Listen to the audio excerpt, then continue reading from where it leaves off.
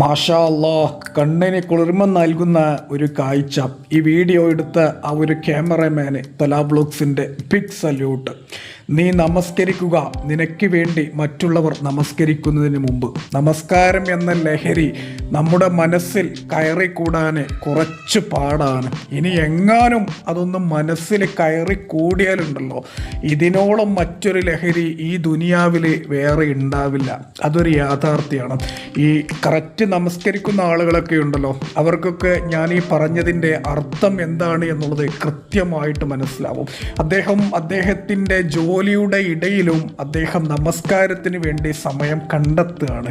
അദ്ദേഹം നമ്മളോട് കൃത്യമായിട്ടുള്ള ഒരു സന്ദേശം തന്നെയാണ് പറയുന്നത്. ഏത് സാഹചര്യത്തിലാണെങ്കിലും റബ്ബിനെ മറക്കരുത് എന്ന്. ഇത് അദ്ദേഹം അറിയാതെ എടുത്ത വീഡിയോ ആണ് എന്നുള്ളതാണ് എനിക്ക് മനസ്സിലാക്കാൻ സാധിച്ചത്. യാ അല്ലാഹ്, ഇദ്ദേഹത്തിനും ഞങ്ങളുടെയൊക്കെ കുടുംബത്തിലും വീട്ടിലുമൊക്കെ നീ ഹൈറും ബറക്കത്തും സന്തോഷം സമാധാനവും നൽകണേ.